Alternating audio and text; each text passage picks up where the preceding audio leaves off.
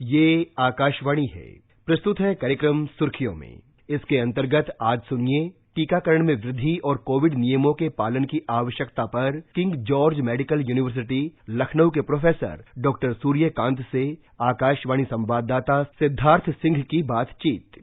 Doctor Suryakant, देश में टीका उत्सव मनाने की शुरुआत हुई है और आप भी नेशनल हेल्थ मिशन के कोविड वैक्सीनेशन के ब्रांड एम्बेसडर हैं, तो आपको भी बहुत सारी शुभकामनाएं। प्रधानमंत्री जी की पहल पर जिस तरह से लोगों के अंदर टीका उत्सव में उत्साह देखा गया है, इस पर आप क्या कहेंगे? बहुत अच्छा उत्साह देखा गया है और मैं आपके श्रोताओं को थोड़ा सा अपडेट कर दूं कि एक प्रमुख समाचार पत्र में, जो देश ही नहीं दुनिया का सबसे ज्यादा पढ़ा जाने वाला समाचार पत्र है, उसमें एक मेरा लेख प्रमुखता से छपा है। उसकी हेडिंग यही है कि वैक्सीन को चुने, वायरस को नहीं, टीका महोत्सव मनाएं। तो मैंने भी थोड़ी सी सहभागिता की है प्रधानमंत्री जी के इस कार्यक्रम में, जिसका नाम है टीका महोत्सव, जो कि 11 तारीख से शुरू हुआ और 14 तारीख तक चलेगा।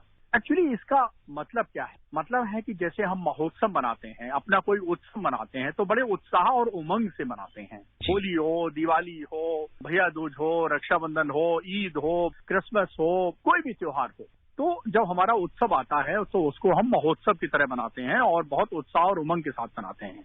इसी तरह टीका को लेके कोई भ्रम नहीं पालें, कोई संशय नहीं रखें और बड़े उत्साह के साथ टीकाकरण के लिए जाएं। जैसे हमने आज तक अपने बच्चों के नियमित रूप से टीके लगवाए हैं। जब बच्चे पैदा होते हैं तो उनका एक एक डेट कैलेंडर में चार्ट करके रखते हैं कि देखिए अब डीपीटी लगेगा, बीसीजी लग गया है, अब बूस्टर पोलियो का लगेगा, और कैलेंडर में मार्क करके हम अपने बच्चों के डॉक्टर के पास जाते हैं और टीका लगवाते हैं। उतनी ही उत्साह से, उतनी ही शिद्दत के साथ जितनी हम बच्चों की चिंता करते हैं, क्योंकि बच्चों की स्वास्थ्य की सुरक्षा प्रदान करते हैं टीके, उसी तरह ये एडल्ट इम्यूनाइजेशन दुनिया का लार्जेस्ट एडल्ट इम्यूनाइजेशन प्रोग्राम है कोविड के लिए, और ये सबसे बड़ा हथियार है कोविड को हराने के लिए। जी, और डॉक्टर सूर्यकांत, आपने ये जो बात कही, कहीं न कहीं एक बचपन में ले गए। और अगर आप देखेंगे आजकल भी कि जब हम टीकाकरण कराने जाते हैं बच्चों का, तो बड़े ही रोचक तरीके से उनकी जो डेट्स होती हैं, उसका कवर पेज आप देखिए, उसकी ब्रांडिंग देखिए, कहीं न कहीं वो भी एक उत्सव की तरह आप जाते हैं। उस दिन बहुत खुशी होती है कि अब मेरा बच्चा इस बीमारी से कभी ग्रस्त नहीं होगा। जी, और कभी कभी तो बच्चों को हम ये भी कह देते हैं कि देखो बेटा, आज टीका लगवा लो, वैक्सीन लगवा लो, लौटते में हम तुम्हें आइसक्रीम खिलवाएंगे या और उसके मनपसंद की कोई डिश खिलवाएंगे। तो ये क्या है, अच्छे व्यंजन खाना, मनपसंद चीज खाना, ये भी तो उत्सव का हिस्सा है। तो वास्तव में उत्सव ही तो मना रहे होते हैं हम। और प्रधानमंत्री जी ने परिवार में महिलाओं की जिम्मेदारी को समझते हुए महिलाओं से सभी को टीका लगवाने की जिम्मेदारी लेने की अपील की है। आप इस मुहिम में महिलाओं की भागीदारी कैसे देखते हैं? जी बिल्कुल है। देखिए, महिला जो होती है वो परिवार के अंदर वो धुरी है। वो धुरी इसलिए है क्योंकि देखिए, बच्चे की कोई समस्या है तो माँ से कहता है, बड़े की कोई समस्या है तो उससे कहता है। इवन घर में मान लीजिए सास ससुर हैं, तो उनको भी कोई इंपॉर्टेंट चीज या इंपॉर्टेंट इनिशिएटिव या इंपॉर्टेंट काम है तो वो भी घर की बहू से ही कहते हैं। तो जो महिला होती है, हमारा देश जो है वो महिला केंद्रित है। हमारी जो घर की या परिवार की व्यवस्था है वो हमेशा नारी शक्ति के इर्द गिर्द घूमती है। क्योंकि बचपन में आपने देखा होगा कि आपका ख्याल छोटे हुए जब माँ ने रखा, फिर बड़े हुए तो बहन ने रखा, और बड़े हुए तो आपकी कोई भाभी माँ आई होंगी, उन्होंने रखा, और फिर जब और बड़े हो गए तो आपकी पत्नी ने ख्याल रखा, और जब आपके खुद के बच्चे हो गए तो आपकी बेटी ने ख्याल रखा। तो ये जो भावनात्मक लगाव है, ये जो केयरिंग एटीट्यूड है, ये हमेशा नारी शक्ति से मिलता है। और वास्तव में घर गृहस्थी परिवार, आपने देखा होगा पिछले साल कोरोना में बहुत लोगों की घर गृहस्थी बजट बिगड़ गए, और हम लोग कहते हैं कि नारी शक्ति जो होती है घर में, वो एक रिजर्व बैंक का भी काम करती है, और घर के मुखिया को पता नहीं होता है, और फिर वो कहती है कि नहीं, वो थोड़े पैसे हमारे पास यहाँ रखे थे, अच्छा ये ले लीजिए। ये नारी शक्ति है जो बिना MBA पास और बहुत अच्छा मैनेजमेंट करती है घर परिवार का। तो मेरे ख्याल से प्रधानमंत्री जी ने अच्छा ही किया है कि पूरे घर परिवार का टीकाकरण की जिम्मेदारी अगर नारी शक्ति पे सौंप दी है, तो हमें ऐसा लगता है कि नारी शक्ति के इस सिंसियरिटी और केयरिंग एटीट्यूड के कारण ये टीकाकरण जरूर ही सफल होगा। डॉक्टर सूर्यकांत, प्रधानमंत्री जी ने 4 प्रिंसिपल्स की बात की है, 4 सिद्धांतों के पालन करने की अपील की है, जिसमें each one vaccinate one, each one treat one, each one save one और लोगों के द्वारा माइक्रो कंटेनमेंट जोन बनाने की जरूरत पर बल दिया है। तो इन 4 प्रिंसिपल्स पर आप क्या कहेंगे?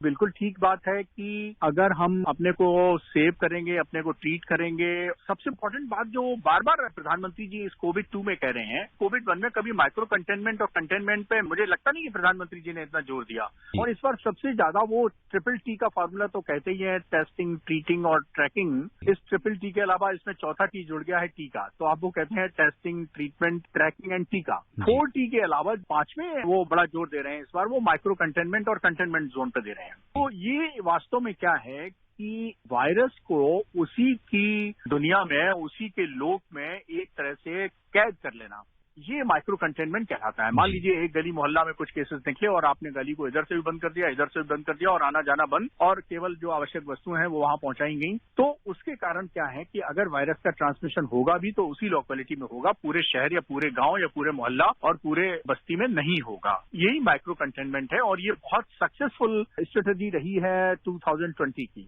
जिसको इस बार प्रधानमंत्री जी बहुत जोर दे रहे हैं। मुझे ऐसा लगता है कि ये जो मंत्र प्रधानमंत्री जी ने दिए हैं वो बहुत ही अच्छे मंत्र हैं। और ये जो मंत्र उन्होंने दिए हैं, मुझे ऐसा लगता है प्रधानमंत्री के नाते कई बार वो नहीं देते हैं, वो इस देश के मुखिया के होने के नाते, वो हमें ऐसा लगता है कि उन 135 करोड़ लोगों का परिवार है और परिवार का बुजुर्ग जिस तरह की सलाह देता है, मुझे वो उसी परिवार की बुजुर्ग की तरह नजर आते हैं इन सब सलाहों को देते हुए। यहाँ पे हमने बात माइक्रो कंटेनमेंट जोन की है। और डॉक्टर सूर्यकांत, अभी तक हम क्या देख रहे थे कि कहीं भी अगर कंटेनमेंट जोन की बात होती थी तो सरकार निर्धारित करती थी कि यहाँ पे कंटेनमेंट जोन बनेगा, उसे घोषित करती थी। लेकिन प्रधानमंत्री ने जन भागीदारी पर जोर दिया और उन्होंने ये कहा कि अब आप खुद तय करें, अगर आपके आसपास कोई केस आता है तो एक जो माइक्रो कंटेनमेंट जोन होगा उसकी भागीदारी वहाँ की जनता के ऊपर होगी। वो खुद से तय कर सकते हैं कि उनकी गली में अगर कंटेनमेंट जोन बनाना है तो आप बनाइए। ये बिल्कुल सही है। मैं समझता हूँ सिद्धार्थ जी, ये उसी तरह है कि मोहल्ले के चोर को आप दरोगा बना दीजिए। आप जनता को खुद ही ये जिम्मेदारी सौंप दी है कि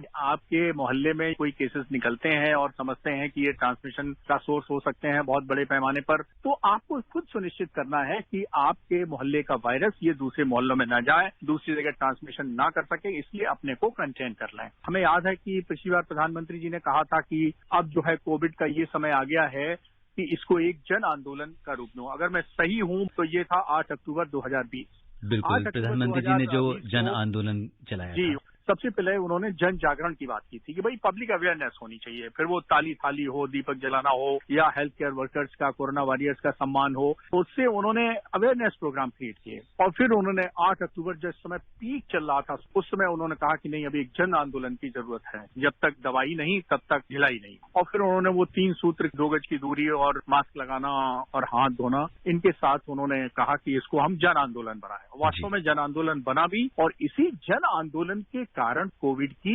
2021 के जनवरी अंत और फरवरी के फर्स्ट वीक में आते आते काफी बड़ी हार हुई, लेकिन वो वास्तव में अंतिम चरण था हार का। बिल्कुल, तो कई बार होता है कि जब हम जीत के बिल्कुल करीब, हालांकि अगर मैं प्रधानमंत्री जी के पहले के संबोधन को याद करूं तो उन्होंने कहा था कि अब हम जीत के बहुत करीब हैं। उन्होंने समय समय पर हमें चेताया कि हमें जो कोविड एप्रोप्रिएट बिहेवियर है उससे नहीं छोड़ना है, क्योंकि हम बिल्कुल उस जंग को जीतने वाले ही थे। लेकिन कहीं ना कहीं थोड़ी सी ढिलाई हुई और उसके बाद जो है आज केसेस बढ़ रहे हैं। लेकिन फिर भी जैसा कि उन्होंने कहा कि हमने तब इसका मुकाबला किया जब हमारे पास कोई शस्त्र नहीं था, लेकिन आज हमारे पास वैक्सीन है, आज हमें कोरोना के बारे में सब कुछ मालूम है, तो निश्चित तौर पर इस जंग को हम जीतेंगे। ये जो सेकेंड वेव आई है इसमें पहले और दूसरे में अंतर क्या दिख रहा है कि पहले में बुजुर्ग और बीमार ये ज्यादा शिकार थे, और इस पाले में कोरोना किसी को नहीं छोड़ रहा है। वैक्सीन चुने, वायरस नहीं। और जैसा प्रधानमंत्री जी ने आह्वान किया है कि वैक्सीन को उत्साह और उमंग के साथ टीकोत्सव के रूप में, टीका महोत्सव के रूप में मनाएं, बढ़ चढ़ वैक्सीन में हिस्सेदारी लें। और हाँ, ध्यान रखें, वैक्सीन लगने के बाद भी मिलने पर नमस्ते करिए, हाथ धोते रहिए, 2 गज की दूरी बनाए रखिए और मास्क लगाए रखिए। ये सब टीके के पहले भी और टीके के बाद भी अभी आपको करना जरूरी है, तभी हम भारत को कोरोना मुक्त बना पाएंगे। डॉक्टर सूर्यकांत, आपने जिस तरीके से इस पूरे टीकाकरण कार्यक्रम का आप नेतृत्व कर रहे हैं, ब्रांड एम्बेसडर हैं आप, और उम्मीद करते हैं कि अभी जो 14 तारीख तक ये चलेगा तो इसमें और भी लोग इससे जुड़ेंगे और टीके लगाने की जो गति है उसको और रफ्तार मिलेगी। बिल्कुल। डॉक्टर सूर्यकांत, आपका बहुत बहुत धन्यवाद और आभार। धन्यवाद। अभी आप सुन रहे थे टीकाकरण में वृद्धि और कोविड नियमों के पालन की आवश्यकता पर king George medical university Lucknow के प्रोफेसर डॉक्टर सूर्यकांत से आकाशवाणी संवाददाता सिद्धार्थ सिंह की बातचीत। ये कार्यक्रम आकाशवाणी के समाचार सेवा प्रभाग द्वारा प्रस्तुत किया गया। इसे आप हमारे mobile app news on AIR पर भी सुन सकते हैं। इस कार्यक्रम के संबंध में अपनी प्रतिक्रिया आप हमें ईमेल कर सकते हैं। पता है airnsdtalks@gmail.com। ये कार्यक्रम फिर से सुनने के लिए लॉग ऑन करें हमारी वेबसाइट newsonair.com।